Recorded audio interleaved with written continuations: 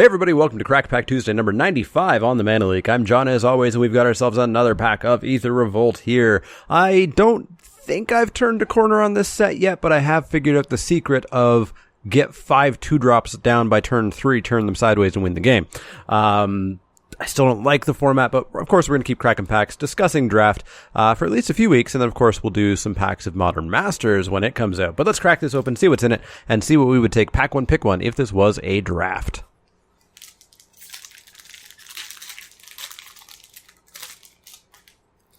Up first, we have Take Into Custody. Take Into Custody is a single blue for an instant tap. Target creature doesn't untap during its controller's next untap step. I don't play this, let alone take it.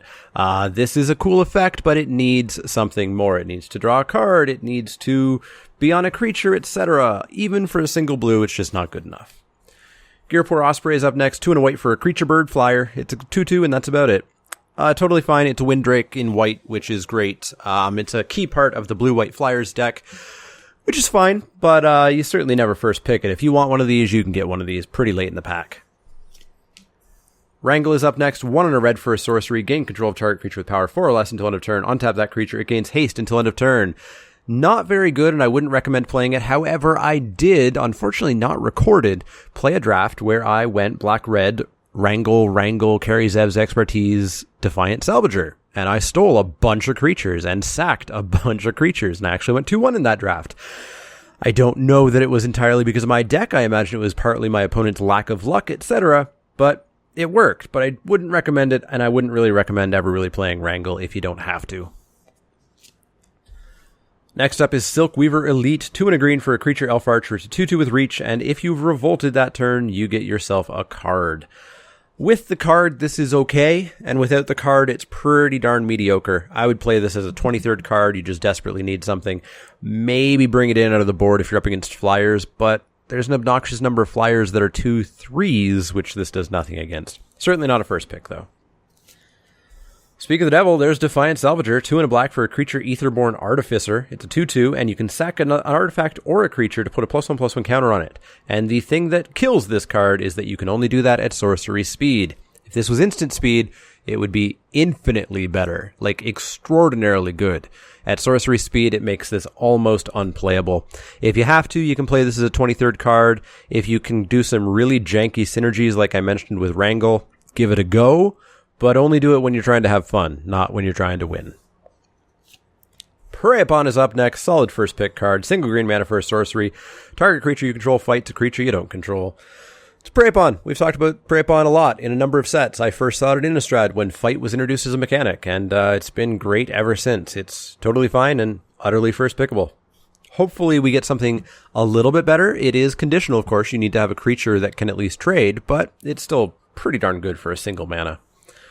Augmenting Automaton is up next. Single generic mana for an artifact creature construct. It's a 1/1, and for 1 and a black, you can give it +1/+1 till end of turn. It's a fine aggressive creature. If you have any sort of improvise going on, it's a great, point of damage, maybe a couple points of damage, and then it's a mana rock. It's got some utility. That being said, you generally want to pick this up after you have a reason to use it. Don't pick it up with the hopes that you find a reason, and certainly not a first pick.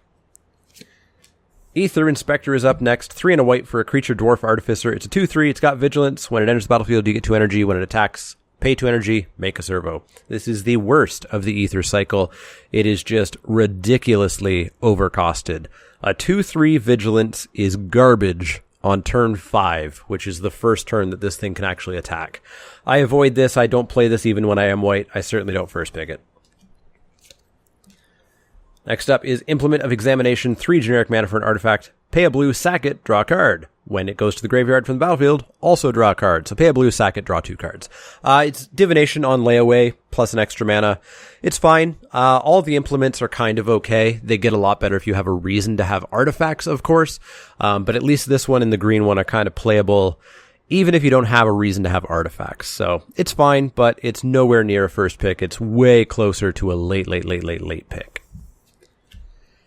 Our final common, our 10th common, meaning no foil in the pack, is Aegis Automaton. 2 generic mana for an artifact creature construct. It's an 0/3, pay 4 and a white to return another target creature you control to its owner's hand. This is the worst of the Automaton cycle. That is just so much mana to leave up to enable Revolt, but you're going to need mana to actually do the Revolt card that you want to be doing, unless it's one of the enchantment ones. This is just not good. I don't play this when I am white, and I certainly don't first pick it. Off to the uncommons, we've got Deadeye Harpooner, 2 and a white for a creature dwarf warrior. She's a 2/2, and she has Revolt, so if you've revolted when she enters the battlefield, you get to blow up a tapped creature that an opponent controls.